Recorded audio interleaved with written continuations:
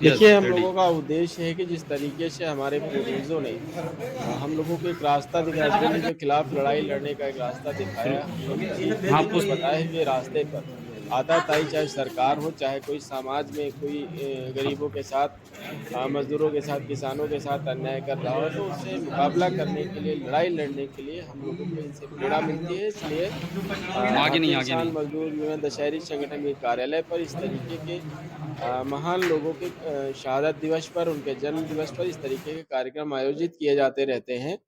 तो इसमें जितने आज यहाँ पर तमाम नौजवानों ने भाग लिया, धीरे-धीरे संख्या बढ़ रही है। हम लोग अपने नौजवानों से आज इस कार्यक्रम में जो है यही आश्वासन दिया गया है या उनसे आह्वान किया गया है कि सभी लोगों को महीने में कम से कम 4 दिन कैडर क्लास यहाँ पर कार्यालय पर शुरू होगी और सभी लोग प्रशिक्षण लेंगे किस तरीके से समाज में लोगों की मदद करनी है और किस तरीके से जुल्मी सरकारों से या आताताई लोगों से मुकाबला करना है। इन सभी चीज़ों के लिए एक प्रशिक्षण शिविर शुरू किया जाएगा जो हर महीने में 4 दिन संडे या सैटरडे कोई दिन निर्धारित किया जाएगा। उसमें तमाम हमारे नौजवान यहाँ पर इकट्ठे होंगे और अपने महापुरुषों के बारे में जानकारी इकट्ठा करेंगे, उनको पढ़ेंगे और उनके बताए गए रास्ते पर चलने का प्रयास करेंगे। अक्सर देखा जाता है कि आज की जो वर्तमान जो राजनीतिक लोग हैं, वो लोगों को जाति और धर्म पर बाँट रहे हैं। लेकिन आप एक अलग वर्ग से आते हैं और फिर भी आज जो है वीरांगना अवंतीबाई लोधी का बलिदान दिवस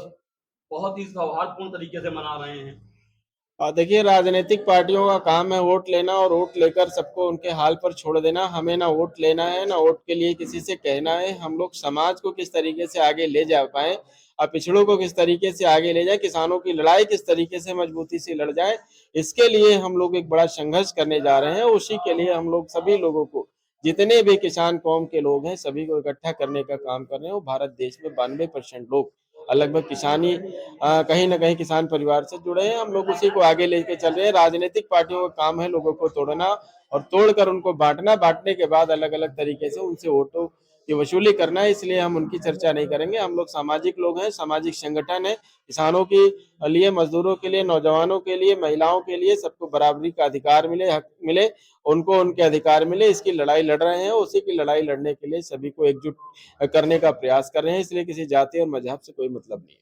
आज मनीष यादव जी जो है देश एवं प्रदेशवासियों को इस बलिदान दिवस के अवसर पर क्या कहेंगे?